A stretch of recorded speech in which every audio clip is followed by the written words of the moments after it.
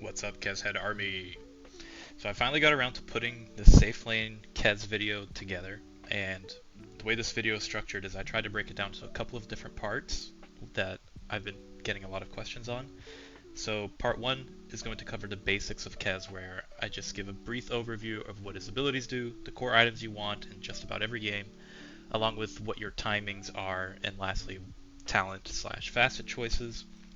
Part 2 is going to cover Kez Counters, and then part 3 goes over a game replay highlighting generally how you want to lane, how to farm efficiently with Kez, and explaining some of my decision making throughout the game. So there's one additional section that did not make it into this video just because I started putting it together and it quickly got very big. And I think it warrants its own video, and that's Kez combos with and without Aghs. So keep an eye out for that video coming next. And again, this video covers how I play Kez, how I've had success with him. This is not the end-all be-all. There are other builds out there, but this is what I think works best. So, jumping right into it, the Kez basics. I'm going to try and go through this relatively quickly, since I assume that if you're watching this, you have a general idea of how his abilities work. But just in case you want to skip through this, there are timestamps, so you can skip ahead. So, very basic, you have two stances. You have the Katana stance and the side stance, which are these two little daggers. And your first ability in Katana stance is Echo Slash, which does these two slashes. And this ability works pretty similar to how Slark Pounce works, where they go in the direction that you're facing and they do these two slashes. And these slashes can actually proc item effects. So what that means is if you have something like a crit or a basher, these slashes can actually proc those effects. So the second ability you have is Grappling Claw, and you can use this on trees and enemies. So it's a good tool to escape or chase people down, so you can use it on trees, enemies. And one thing that I'm not too sure how many people are aware of this, but this ability can actually be disjointed. So if someone's kind of far away and you try to grapple to them, they can actually blink out of it if you don't reach them in time. So you can see here, the damage still goes off, which is a little bit weird, but it is able to be disjointed. So the next ability, the third one in Katana form, is Kazurai Katana, and this is a passive ability, where every time you do damage, the enemy starts bleeding for a percentage of the damage you deal, and additionally, it reduces health regeneration. So you can see here, the enemy Kez is taking a bunch of damage from just my right clicks. And a good way to think about it is almost like a weaker version of Ancient Apparition's ultimate, where it's doing a bunch of damage over time and reducing just the health regeneration of your enemy. And something that I'm also not sure how many people know, but your ultimate, Raptor Dance, actually also applies this passive, so enemies will also bleed from every one of your abilities in Katana form. Lastly, which I just used, your ult in Katana form is Raptor Dance, where you become invulnerable for 0.2 seconds, and you can time this to dodge things like stuns, roots, everything. You're essentially invulnerable, and it also purges you from any debuffs you have. So for example, if I had Cold Snap, I can hit Raptor Dance and it'll purge all my debuffs. So it's extremely powerful. It's not as strong as it used to be, where you used to just have pure magic immunity for the full duration of the channel. Now it's only for these 0.2 seconds. Still very strong ability. Now switching to Psy Stance, you have Falcon Rush, where you essentially get like Phantom Lancer's rush ability, and every hit you do is repeated for the duration of the buff. And this ability is a little bit weird, in which it seems to hunt people down even when you lose vision of them sometimes, but not always. It's a little bit weird. Either way, very powerful ability, super good to hunt people down. Next is your Silence, and instead of Grapple in Katana, now you have the Silence, where you throw this projectile that deals magic damage and silences. And this is an AoE ability, so everything within an AoE of your target gets silenced, and also an extremely powerful ability. And next, so this is what I think is my favorite ability, and really what makes the hero shine, in my opinion. So this is Shoto Sai. So there's a passive and an active component to this ability. So the passive is when you're in psi form, anytime you auto attack, you can see I just procced one here, you have a chance to put this mark above a target's head, where once this mark procs, your next attack will stun the target and also deal a critical strike. So if I can get another one here really quickly, you can see stun and does a little crit. And the active part of how this ability works is that anytime someone tries to right click you or auto attack you, you can activate this ability to parry it. Also, just to add, this doesn't just work for right clicks. There's actually a couple of abilities and spells that you can also parry, which I'll put a link in the description of this video that has all the interactions that someone has put together on Reddit. But essentially, after you parry, you get this improved version of your passive mark, which does more damage than your regular passive one, along with increasing the stun duration. So you can see here, if I parry, now I get these two little swords above the enemy's head. The stun is longer, and it does more damage. And this is extremely powerful. I cannot emphasize just how strong this ability is, especially the parry and laning. It's essentially how you win your lane. If you've seen my mid-Kez video, you kind of know what the combo is already. Very cool ability, very fun to play, super strong. Last ability now is your ult in side stance. So what this ability does is it makes you invisible, increases your movement speed, and applies your passive mark to everyone around you in an AoE. And if that's not good enough, any enemy that you apply this mark to also has reduced visibility for a couple of seconds. Extremely powerful ability. Very good, super strong to kind of get you out of a situation, and it also purges or dispels, applies a basic dispel to you when you use it. So again, if you have something like Earn, whatever debuff on you, or slow, you can pop this to dispel that debuff and get out of jail. It's a get out of jail free card that you can use offensively or defensively. It's super strong. So the last part of Kez's abilities is swapping between the two stances here. So let me turn off free spells. This ability does have a cooldown where this cooldown is lowered every time you increase in level. So essentially in early game you want to be a lot more cautious and careful about which stance you're sitting in, whereas opposed to late game, once you have Aghs, which I'll explain later, and with more levels you're kind of freely swapping between these forms a lot more. So those are Kez's abilities. Now, items. So what items should I build on Kez? So for safe lane Kez, I would say there are actually 3 core items that you want to build. First is Orb of Corrosion, second is Battle Fury, and then third is Aghs. Every single game I will build these items on Kez without fail. And the items I build after really just depends on how the game is going, what the enemy comp is, and what I think our team needs. So why these 3 items? Well, the first, Orb of Corrosion, I think is just a very good item where it just makes you extremely threatening in lane, where it stacks with your passive in Katana form, where you have this reduced health regeneration coming from your passive, coming from your Orb of Corrosion. It just makes you a really big threat in lane, and it means that any tanky offlaners that you're facing aren't going to have a good time trading with you. It also applies a slow, additional agility, and armor reduction. I just feel like this item is the new Wraith Band, where any Agi carry is going to want to build this item. I think it's this way. So next is Battle Fury. I personally just love Battle Fury on this hero because it speeds up your farm a bunch, it gets you to Aghs faster than you normally would, and the mana regen and the damage that this item provides is just really nice.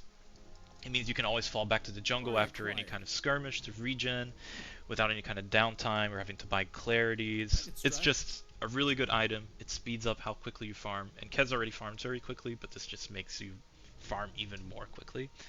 And in the gameplay commentary in the next section, I'll go over some general farming patterns or how you want to farm very quickly with Kez. But overall, I feel like this item is a must on this hero. Just like how you always build Battle Fury on AM, I think with Kez it's the same thing. Last item, Aghs. So this item is just a beast.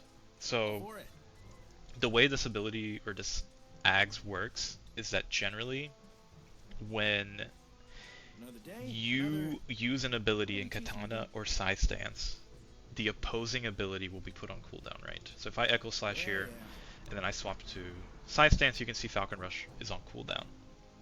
So what Aghs does is, for the first 3 seconds after you swap into a stance, any ability you use will not put the opposing ability from the other stance on cooldown. So what that means is, for example, if I'm sitting in Katana stance, I swap to Sai, I can throw a silence, swap back, and I can grapple in. So essentially it makes you have, you know, however many abilities. Every single ability from Sai stance is available to you, every single ability from Katana stance is available. And this works for your ultimate as well. So for example, I could switch to Sai stance, use my Sai ult, switch back to Katana, and then ult.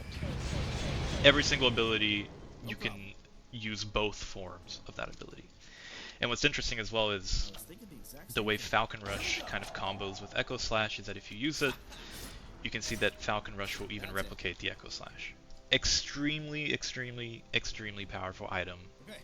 I think if you aren't building Aghs on Kez, you are just not playing this hero correctly. This item is so broken, I cannot emphasize just how strong this item is. And I think this item, if you can play Kez properly, just makes you an absolute menace, where you have so many tools at your disposal. You have the silence, you have this chase, the grapple, lifesteal, invulnerability, invisibility, pairing.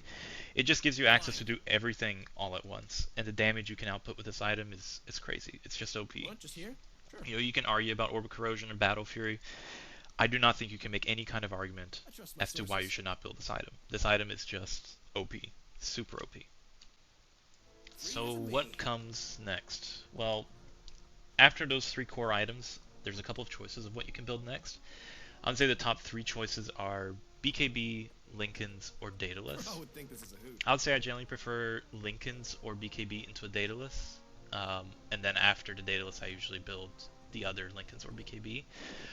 BKB is pretty self-explanatory, since Kez is very much a glass cannon, where if you get stunned or silenced, it's very easy to die if you aren't careful.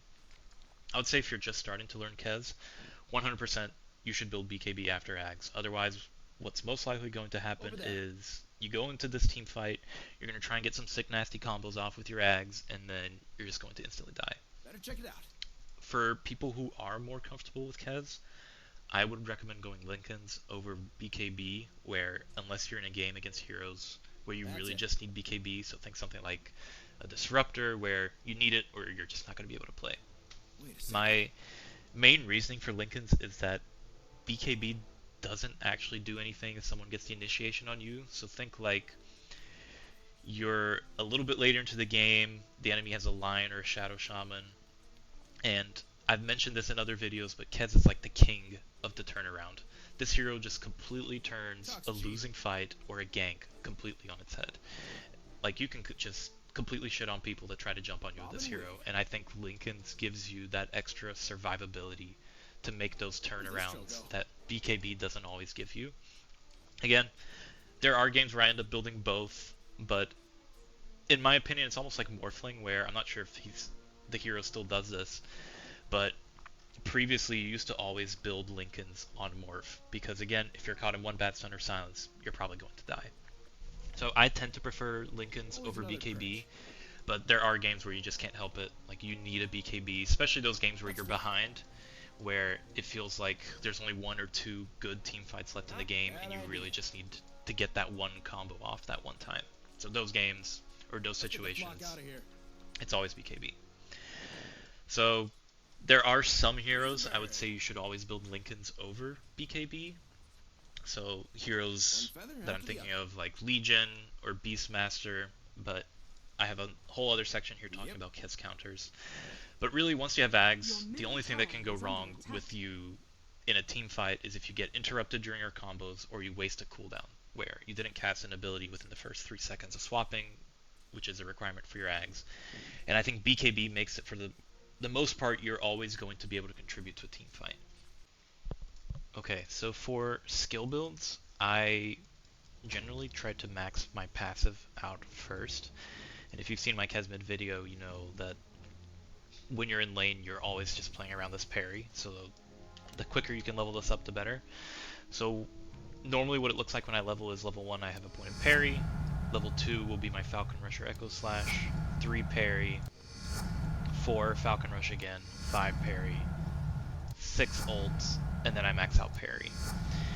And I think if you're going to put a point and grapple, you generally want to do it either level 5 or level 8 here in the next level, so then your skill build looks something like this. And then after that, max out Falcon Rush again, and then you're good. So pretty much every single game I play, I will always max parry first, just because I think this ability is insanely broken, does a lot of damage, and just is overall, I think, one of your best abilities. Shake it out. So for talents and facets, now I'm not going to go too in depth for this, for the facet, but kind of the TLDR is Flutter does more damage than Shadowhawk, but what you can do with Shadowhawk I think is just so valuable that it outweighs any kind of bonus damage that you would get with Flutter. So really quickly, what Flutter does is it increases your damage when you first swap to Katana stance, and when you first swap to Side stance, you get bonus movement speed. And Shadowhawk, very basic, is when you pop your passive mark from Side stance, it reduces the cooldown of your parry ability. And additionally, anytime you pop that mark from invisibility, it does bonus damage. So what can you actually do with Shadowhawk that makes it so valuable? Let me show you, brother. Let me show you. You can essentially permanently parry a hero. And I know people are going to say this is me. You never are going to be able to use this. No one's ever going to fall for this. I'm telling you, this facet is so insane. It just makes some heroes unable to man fight you. Like, I cannot tell you how many games I've played where it feels like I'm on the back foot and I decide to go hunt down the enemy carry because I know I can 1v1 them and kill them, and they're going to be off farming by themselves somewhere, even if they're ahead of me. Now, before we get into the counters, there is one combo I really wanted to show, since I think if there's one combo you can take away from this video, it needs to be this one, since this is kind of like the big kahuna, the big, like, you're going to go into a team fight with this, you're about to make insane chaos. And again, I'm working on finishing this video where I go over every single combo you can do, but I think this is really the one you should take away. So once you have Aghs, once you have your level 15, you want to start, there's a team fight breaking out, you start in Katana stance, you want to swap into Side stance, throw your silence out, dash in, swap, Falcon Rush, swap, Echo Slash, swap into your dagger ult, swap back into Katana, and then Blade Blade. So I did that one kind of slow just to try and word it all out, but essentially when you do this fast, it looks something like this. Where you really want to time that Raven's Veil right as the second Echo Slash is coming, so everyone gets stunned and it lines everyone up perfectly for your Raptor Dance. So this combo, you can start doing this as soon as you hit level 15, or really as soon as you have Aghs, you can start this combo. But once you have this level 15 where you're applying this parry bonus and an AoE, it really, again, check out any other video that I've posted, you're going to see me using this combo in just about every big clip. Now, last part before I get into the commentary, let's talk Kez Counters. So, I want to preface this by saying that Kez as a hero, I think in Dota, is genuinely capable of outplaying every other hero in this game, simply because his kit has everything, right? But, with that said, there are heroes that make your life a lot harder in the game. So starting off, I mentioned this earlier, I think the biggest counter to Kez is Legion Commander. If you get dueled as Kez, chances are you're probably going to die, especially if that Legion is Blade Mail. And a Legion in a game who's turbo focusing you every fight, hunting you down around the map where you're trying to farm, it makes the game almost impossible for you to play. Anytime you're playing against Legion, you're essentially forced to play on the outskirts of a fight, wait for the duel to go off, and it means that you have to buy the Linkens in the game after you build your Aghs. It's essentially finish Aghs, and then you can't even fight yet, you probably still want to do some farming to build that Linkens. So I think a good Legion in a game is super scary and one of the most frustrating heroes to play against. But I think there is this upside where if you get a good Aghs timing before the Legion has a lot of stuff, like notably BKB, you can generally jump them and kill them, which I think is great. And if you see the Legion coming, you can actually also pre-parry, and the parry is not cancelled by the duel, which means that you can actually get a couple of seconds back in the duel where your parry is still actively blocking any damage that the Legion's doing to you. Second biggest counter that I think I mentioned before as well is Disruptor, where it essentially forces you to build a BKB really fast, since you're most likely going to die in his ult in a team fight. Similarly, I would say Shadow Shaman and Lion are also two heroes that just have a lot of lockdown, and that's Kez's biggest weakness.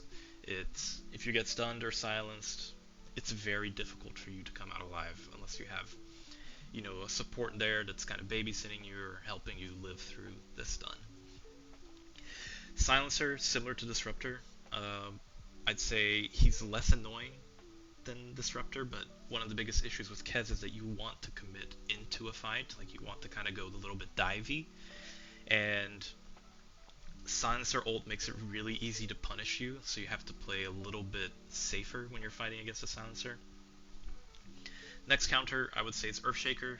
It's just really hard to parry this guy, since everything he does stuns you, and if he's coming up to you to hit you with his big enchant totem, the aftershock stuns you, and you have to parry pre-aftershock, because there's not enough time to parry his hit after the aftershock stun runs out. And if you pull up your parry pre-aftershock, he's going to see it and most likely not hit you if he knows what parry does. So, really hard to play against him, very annoying. I think another hero that is pretty annoying to play against is Abaddon. His shield is just super annoying where it purges your bleed. He can save other people and himself very easily against you. And additionally, his ult makes it very hard to commit to him. I wouldn't say he's a massive counter in terms of laning and everything, but just more, as soon as there's an Abaddon in the game, it just becomes kind of annoying to play against, because you can easily be punished for committing. And I think that's the overall message here. Any hero that punishes you for committing into a fight is going to counter Kez. And I don't think there are hard counters, in quotation mark, hard counters to Kez. It's just that there are different heroes that will make you change how you have to play the game. And honestly, I think that Kez, as a hero in Dota, is one of the only carries that has this flexibility, because you have so many tools available to you, where I think it really just makes him viable in just about any match. And essentially in all of my games, I always first pick Kez, and I've never had a game where it felt like a hero really countered me. And instead, it genuinely feels like if I lose a game, it's generally because there was something I could have done better. I got outplayed. I overcommitted in a fight. I should have played a little bit safer. I feel like with Kez, there's always something that if I'd reacted faster or done something a little bit differently, I could have outplayed this guy. And I think that's what makes this hero so fun and addicting, where it feels like you don't get that kind of feeling with other heroes in Dota. Okay, so normally in the safe lane, the way you want to play this lane is very similar to how you play mid lane. So if you've seen that video, you kind of already know what's coming here, where the whole idea is to set up these parries in your side stance, and then follow up with an Echo Slash in Katana form. So what that means is that you normally end up laning in side stance with the 2 daggers, where if you can set up a parry, you're always ready to swap into that Katana form. And at these early levels where that cooldown between swapping stances is so long, I've found that there are some games that I can win or lose a lane depending on how, when a fight started out, what stance I was in. So you can see here, I set up a nice double counter, and I have a jungle Veno. I'm kind of alone in this lane, which is a little bit miserable, but I get this nice first blood against 2 people solo. So things are starting off really nicely in this lane for me. And Kez against Dawnbreaker is actually really nice since you can actually parry her Q. So I think, let's see if I do it here. Not yet. In fact, I'd probably end up dying here because I wasted my parry. But that ability you can actually parry with your thing, and it completely cancels her ability out. So it's actually, this matchup is very favorable for Kez. So you can see here, we have this jungle Veno, kind of annoying. The Disruptor shows up to help me. And you can see I was in side stance. I Falcon Rush and then swap to Katana stance since I know it's going to do more damage than staying in my side stance. So same game here, just a little bit later. Generally what it looks like after the laning stage is broken down a little bit, you're hitting the jungle. You want to be hitting creeps in the jungle with Katana stance, but then when you're in lane you want to be back in side stance, again to set up any potential parries that the enemy's coming to gank you, whatever it is. So you saw there I was trying to be pretty efficient. I was in Katana stance, hitting the jungle creeps. I show up back to lane, I'm sitting in side stance, and a Jakiro shows up. You can see he doesn't know how strong the parry is. I hit him with the parry, dive in, get my ult, get a free kill under the tower very quickly. So something pretty cool that you can do with Kez, which is very efficient, is you want to often pull camps together like you just saw here and then echo slash them all. And you can farm super fast this way, especially once you have Aghs, where as long as you have one auto attack done on a camp in Katana stance, the mob will be bleeding and it just keeps chasing you, so it's really easy to always have these camps together when you're farming. So for this clip I wanted to show something I'd shown in the mid video as well, which is level 15 with your Aghs is your big timing. So you can see here in this game, I hit level 15, I've got my Aghs, I'm pinging, guys, let's smoke, let's get a play going here. Since I know even though our team feels a little bit behind, even though the score looks like we're ahead here, we're feeling a little bit behind, we're feeling a little bit of pressure, we just lost a couple of team fights. I know that now that I have Aghs, we can turn things around. So we smoke up, we have a feeling they're going to try and Roche here. And you can see we're playing against an OD, a Monkey King, and a Tinker, all very annoying heroes. I get a nice AoE silence, do the full combo here, and everyone all of a sudden starts melting. You can see the Monkey King takes a while to go down. I get a nice parry mid-fight, unfortunately get pushed away, set up another parry though. Try and close the gap into the OD here. Luckily we're able to get him. And we team wiped him completely. Thanks for watching. So I have a guide up in game that you can use to follow along with the build that I'll be updating as much as I can. And additionally, since a lot of people want to watch these games live, I've made an in-game guild, so feel free to join that if you would like.